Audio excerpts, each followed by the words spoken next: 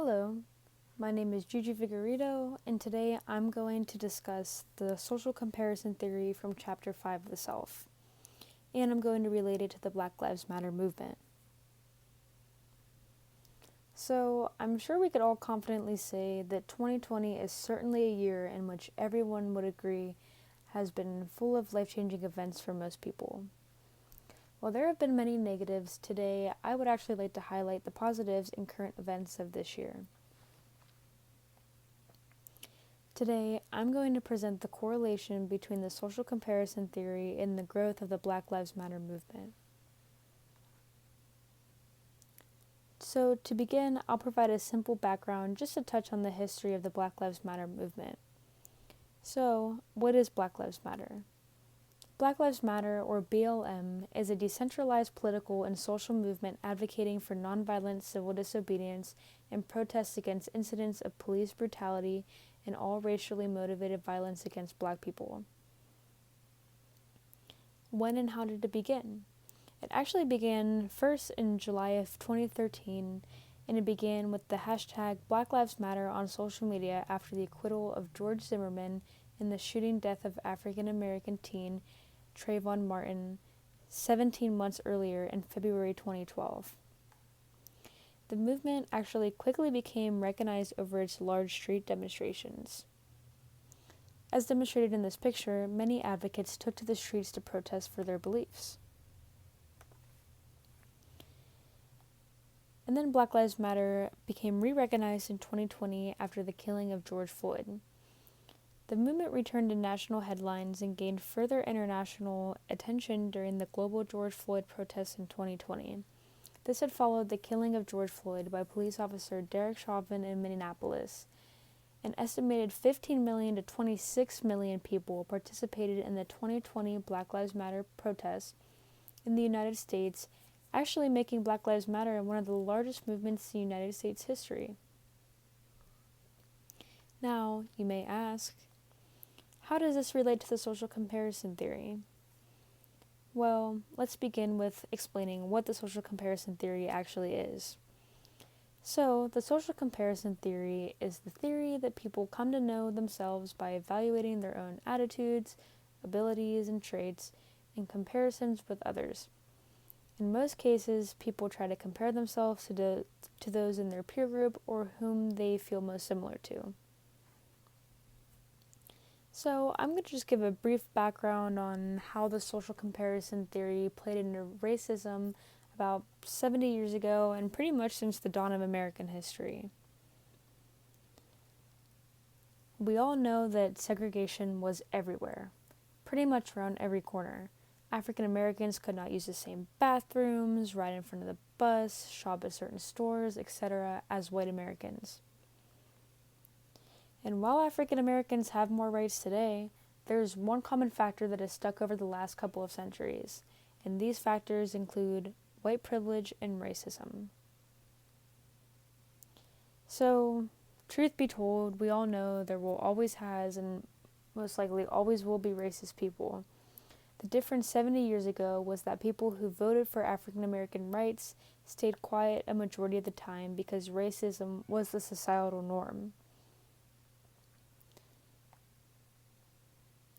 So this relates to the social comparison theory because people during these time periods compared their views to those who were in favor of African American rights were actually the minority. Although the percentage of people who agreed with civil rights movement is comparable to the percentage of those who believe in the Black Lives Matter movement today, those in favor of the civil rights movement were treated as poorly as African Americans. This inflicted much societal pressure for people to say to themselves regarding their opinion.